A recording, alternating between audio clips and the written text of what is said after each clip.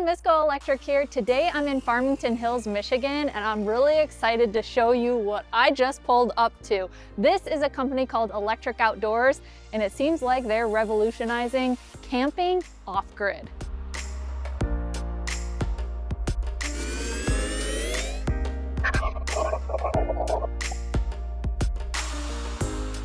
Well, I'm really excited because I have Josef, who is the founder and CEO of Electric Outdoors. So what is this called, and what kind of problems are you solving with a unit like this? Yeah, no, we call it the Canopy, the Electric Outdoors Canopy. The reason why we're building this is to help people go more sustainably to the outdoors.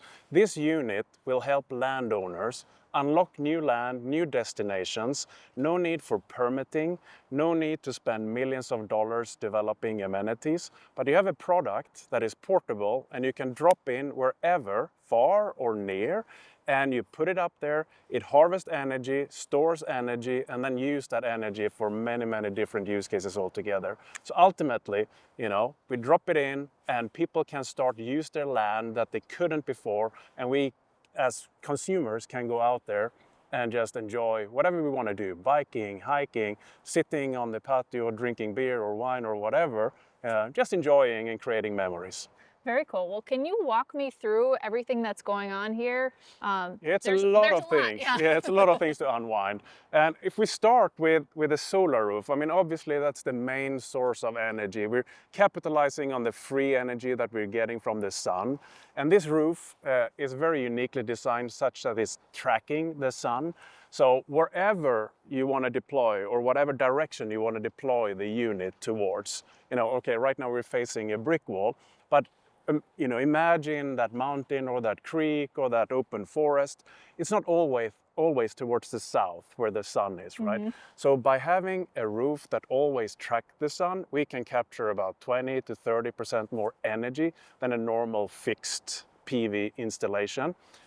All that energy is stored in batteries, and we can have a deeper look at that later on as well. How many watts of solar panels do you have up here? Yeah, right now we have 12 panels. Each of them, in this particular case, is 550 watts. And on an average day in America, that's anything between 43 to 63 kilowatts of energy that we can use to store in the batteries and then apply in different use cases. As far as the battery capacity goes, what is the range that people can opt in for? Yeah, in this particular, the camper version that we're calling it, it has 154 kilowatt hours of energy stored in there.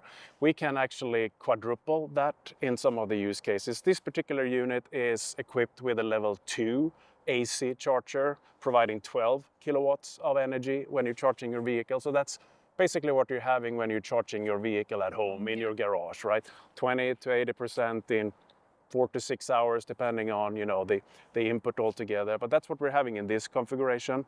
When we're quadrupling the batteries and the energy storage, we can also use DC level fast chargers. So we have configurations that will also have 30 kilowatt hour DC chargers in the unit altogether. Got it. So how much will it cost for a customer that's buying these at this stage? Yeah, the base version is about $150,000. Okay. The good thing with that, though, is that our customers will be eligible for a lot of the incentives that are active out there. Domestic content from the IRS and ITC programs and some of the other energy-related incentives that are out there. So the net purchase value for our customers are such that they can make a return of their investment in less than 18 months.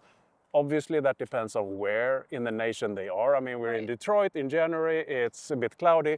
It's very different in San Diego in California. So depending on where you are and how much you can charge per night and usage of the product and how many days a year you can use it, we still see a fantastic return for customers buying our assets. I got it.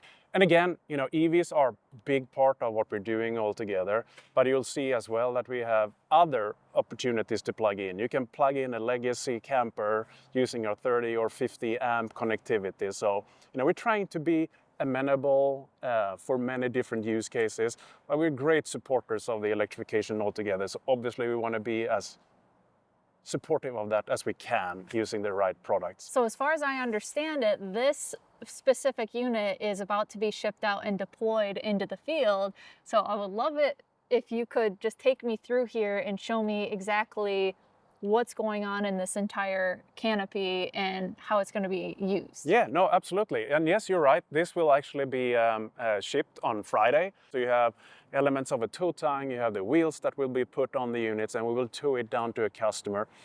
This particular unit will go to a customer down in Atlanta in Georgia, or outside Atlanta in Georgia. How much does this weigh? So it's about 7,500 pounds. This one is a little bit heavier. It has about another 1,500 pounds of electronics in it. But yeah, eventually the production target is that it's going to be around 7,500 pounds. Okay, Yeah. cool. So obviously you have the ability to charge your electric vehicle, but also plug in, using the 30 or the 50 amp connectivity to, if you're coming up with your Airstream or Keystone or whatever brand it might be. Again, everything is powered from the unit itself, not hooking up to any amenities, no electricity or anything like that. That's one of the beauties with this product, that it's fully self-sustained in its, in its configuration. Mm-hmm. So you have that. Stepping into the unit, it's almost like a camper to some extent. Yeah. You do have a little bit of a seating, dining and sleeping arrangement. So you can imagine sitting and dining, and then in the evening, this is a queen bed that you fold, pull the drawers out, you unfold the table, you put the cushions in, and you have a full queen bed configuration that you can sleep in. And on top, we have a bunk bed configuration right now, a twin for the kiddos or whomever is brave enough to be in the top bunk. It has a rail, so that's it has a rail. Everything brave, is, but also of course, everything is safe from that point of view. You have the fan that helps you if it's a little bit warmer outside. You have we can turn on the lights. You'll have the interior lighting altogether. Is that the only form of like HVAC, I guess you could say, is this airflow from the fan? For now and for this unit, yes. But you can very easily put a mini split or something like that. We have the energy, and the good thing is when you have energy, there's so many things you can do, right? Mm-hmm. All right, so you have a wet bath. We have an incineration toilet. So again, when you have energy, right, you can do a lot of things. So what this is doing, it's basically burning waste, mm-hmm. and all that comes out is clean sand that you can pretty much just put in the flower garden or in the compost kind of thing, compost, yeah. Whatever. So you have that, and you have a recirculation shower that helps us reuse the water that this unit is actually generating on its own. I'll show you. We have a water generator in the system.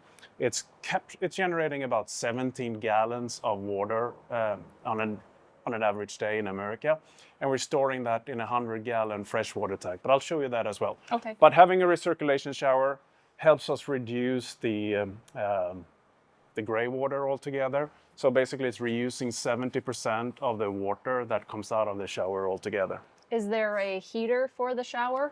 Yes, it is a heater. Yeah, so you can have your comfortable showers, hot water showers, for sure, absolutely. Good. It's a small one though. It's the military sort of showers that we're promoting.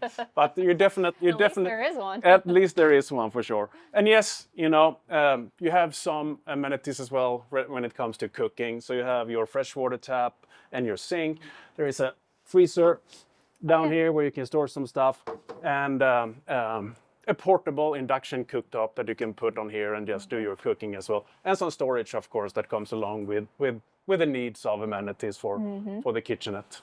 What is kind of the game plan as far as utilization for different seasons? Yeah, no, it is an all-season product. Okay. Naturally, when it's single-digit Fahrenheit, like we had last week here in Detroit, there's a limitation to the batteries. The chemistry lithium will not be able to recharge when it's that cold outside.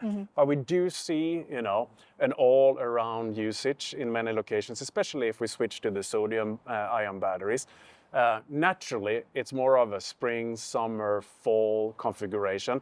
That's why we also made them portable. So if there is a Michigan-based, customer of ours that maybe want to use them between April and, towards the end of October, the units could be moved to Florida or the Carolinas or wherever they would want to, move them for a better utilization altogether for the customers. The doors. We were debating back and forth, should it be fully open, should it be enclosed, what kind of structure should we be using? We have one variant where we actually have a canvas tent that keeps the opening of the unit shut when you want it shut. We decided to do sliding doors on these particular units to make it a little bit more enclosed if you want to when you're in the unit sleeping, or if a big weather system stops by. So it becomes a little bit more of a, not exclusive experience, but a little bit more of a covered, protected, whatever experience. And altogether. intimate. And more intimate altogether, yeah. Having power is important for the people that come to the unit, but also they might have their electric mount. Exactly, their e-bikes, right? You know, so plug it in, you know, or whatever other electric needs that you're having. Plug it in, plug in your outdoor kitchenette, or you know, stuff like that. Okay, so some magic in here. Wow. Pretty. I mean, it is a physical product, you know, but we are extremely proud of the guts of it. I mean, what you're looking at here is obviously a pretty sophisticated energy management system, but it's also a fully connected IoT backbone that handles all, I mean, obviously all the batteries and all the energy systems that you're looking at here, but also the connectivity. We have Starlink on the unit, or 5G LTE, whatever coverage you need. So you're always connected. We can always communicate with the unit. The consumer always have Wi-Fi, you know, to do whatever they want to do with it. But for us, it's important that we have this backbone. It's actually on an AWS powered backbone right now, helping us do anything from energy management, weather control. I mean, in a situation like we have today where it's overcast, we would know how much energy we're harvesting, how much energy we have stored, what the energy is being used for, and we can manage all of that cycle. So it's a lot of intelligence and IP that goes into the backbone of what you're looking at here right now. But obviously, all these modular batteries, and again, it could be of any sort, any chemical composition, we just slide them in, plug them in, and off we go. Again, having a fully connected product helps you not only capture the consumer, so our app will help our consumers book a unit, you know, find the unit or go to the unit altogether. They get help getting to the unit. And when they get to the unit, they can start operate the unit, so turn on lights, play music, see the configurations of what's going on in the unit altogether. We've connected the app with third-party apps that helps you figure out what's going on around. Where is my bike route? Where can I go hike? Where is good food? You know, stuff like that altogether. So it helps the consumer to interact and be with the unit altogether. But for us and our customers, it's that dashboard that really helps us manage where the unit is at, what health it's in, and how, you know, what else is going on around the unit. Yeah. Well, part of the digital backbone is in this particular unit, we have a cradle point unit that merged that Starlink and 5G LTE connectivity that I was talking about earlier altogether, and a lot of other things that helps us execute all the features and functions that is needed in here. What's this? That's a heater, just to make sure that, this area. exactly, to keep the batteries and keep the electronics at the right temperature levels. All right, let's walk around to the other side.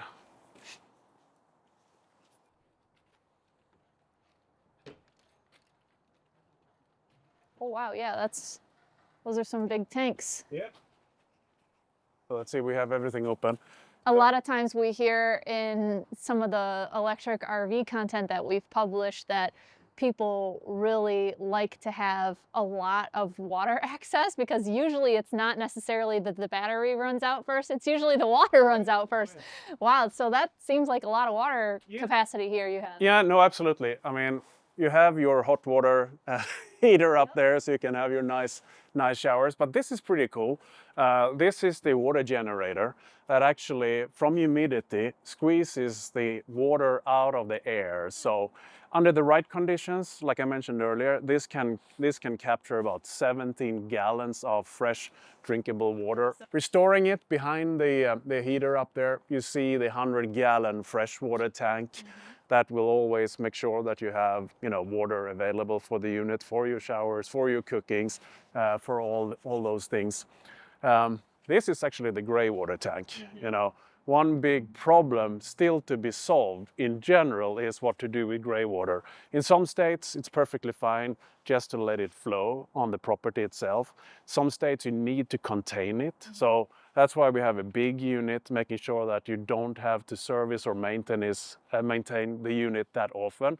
Very easy to connect and pump the gray water out whenever the gray water tank and the system tells you that I need to be emptied. Now you mentioned that the water is recirculated. Is that only through the shower, and how does that work? Yeah, and it's also a 3-stage filtration system, making sure that the water is fresh constantly all the time. Okay, so it's just through that shower unit, correct? Yeah, well, we have filtration system in the whole unit as well. So that makes sure that the unit that we're capturing in the freshwater tank always comes out, at the right quality. No matter if it's the sink or the... Correct. Okay, got it, cool. Yeah.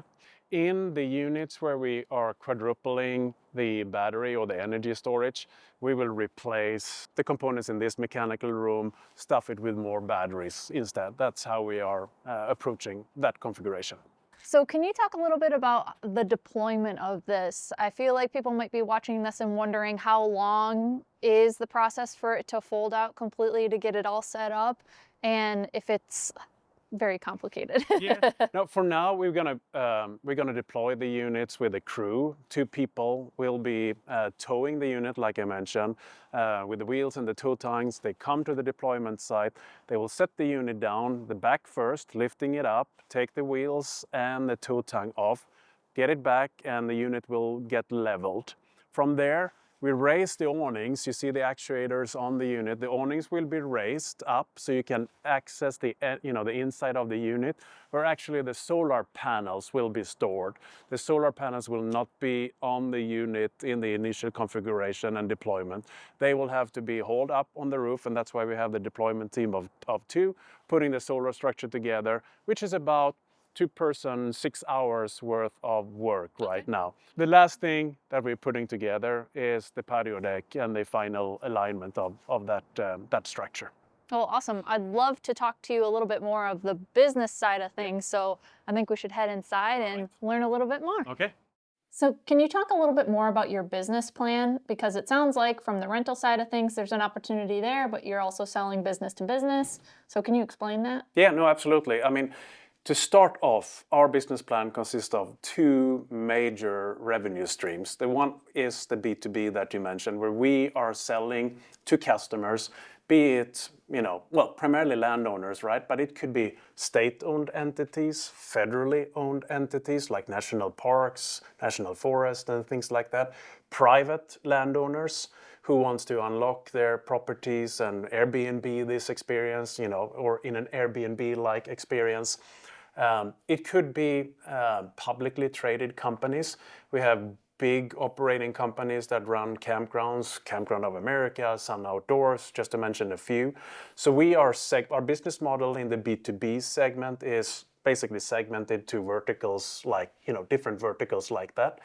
We talked about the importance of a digital backbone when we were out looking at the product itself. That is a recurring revenue stream that we can provide to our customers.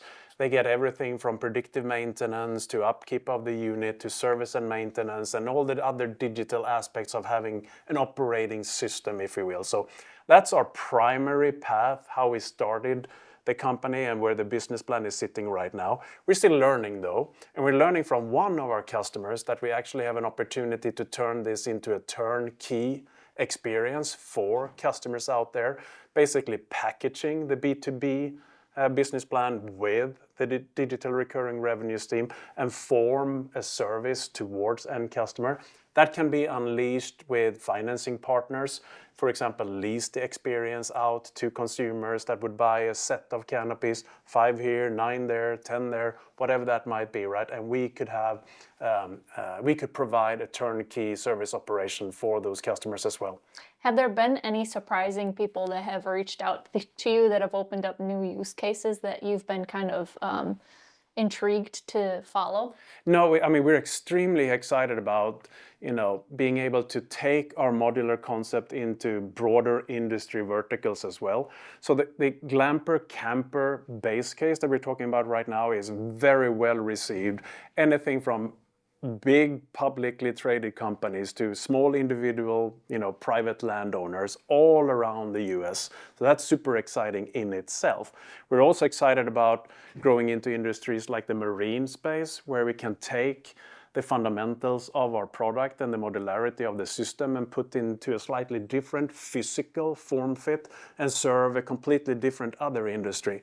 We're getting a lot of interest as well in defense-related application, FEMA-related applications. You see a lot of modular homes and housing that are put in place following the terrible, catastrophes that we're seeing out there. There's a lot of things that goes into that vertical as well, where we could help with our fully self-sustained asset as well. So we're just excited about the modularity of the concept, and every time we sit down and talk to someone, they come with a new, view of what we're doing and how they would put to life, or how they would use our unit. We were at the glamping show where a hot tub provider came up and said, I need a structure like this. You can't imagine how many hot tubs we're not selling because people want to have it at their off-grid facilities and stuff like that. So anyhow, that's just one very random use case. But we see a lot of different interests and aspects of how you could capture the value of our business. Yeah, that is interesting. And speaking of, putting this product together, how long do you think it will take for someone to place an order and then receive their product on their land? Long story short is about 2.5 weeks, if we can handle that order right off the book. That's how quick it will go from order to push a unit out. And it sounds like you have an expansion plan as well, which is good to hear. Is there an opportunity for bidirectional capabilities with this Canopy as well? Can you talk a little bit about that? Yeah, that's not a use case we're focused on right now. We will be able to push energy to other facilities, like in some of the application of the camper unit you looked at out there. We will also basically push energy to a couple of yurt tents or glamping tents. So we will use our platform to push energy to other amenities, other facilities. The technology itself that is in the product is absolutely capable of bidirectional, so we can resell energy to the grid. There's a lot of challenges in that space itself, so we're right now tackling that with the particular units that we're looking out there. But the technology is there, and that's something that we can do once the infrastructure, once the regulation open up a little bit more. We like to say that our asset can be connected to pretty much anything, including itself. So imagine you have a site, you dropped in 5 canopies, you connect them together, and all of a sudden you have a microgrid of energy, harvesting and energy storage. And when you start manage energy, between different assets in a microgrid application, there are so many other use cases that you can unleash as well. So we're excited about the opportunity to be off-grid, connect to each other, or connect to the grid, but one thing at a time, I guess. Absolutely. Well, thank you so much for spending time with us, Josef, and showing us your exciting product that's coming to market very soon. I cannot wait till I get the chance to go out and camp in it and experience it a little bit closer. Love it. Thank you so much. Really appreciate it. Well, thank you guys so much for watching this latest video, and until next time, drive, fly, ride. Go electric.